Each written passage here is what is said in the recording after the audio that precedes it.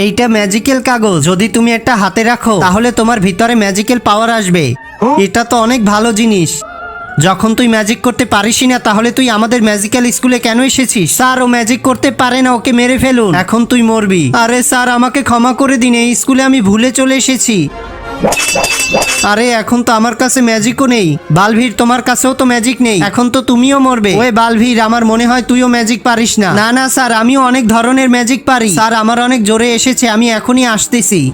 চলো বাচ্চারা, টিফিনের সময় হয়ে গেছে, টিফিন করে নাও। আমি টিফিনের পরে আসবো আর এক এক করে সবার ম্যাজিক দেখবো, যে ম্যাজিক দেখাতে পারবে না। ঠিক আছে স্যার। ইয়ার, এই সময় তো আমার কাছে ম্যাজিকই নেই, আর কিছুক্ষণ পর স্যার আমাকে ম্যাজিক দেখাতে বলবে, তখন আমি কি করব? ম্যাজিক্যাল কাগজ, এটাকে আমি আমার হাতের মুঠোয় বন্ধ করব, আমার ভিতরে ম্যাজিক্যাল পাওয়ার চলে আসবে।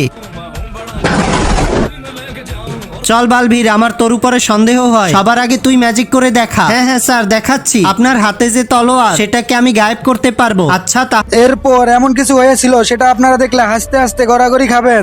তার আগে তুমি যদি তোমার মাকে ভালোবেসে থাকো তাহলে চ্যানেলটিকে লাইক, সাবস্ক্রাইব করে কমেন্টে আই লাভ ইউ মা লিখে যাও। আর যদি না করো তাহলে বুঝবো তুমি তোমার মাকে একটুও ভালোবাসো না। তাহলে এই তলোয়ারটাকে গায়েব করে দেখা।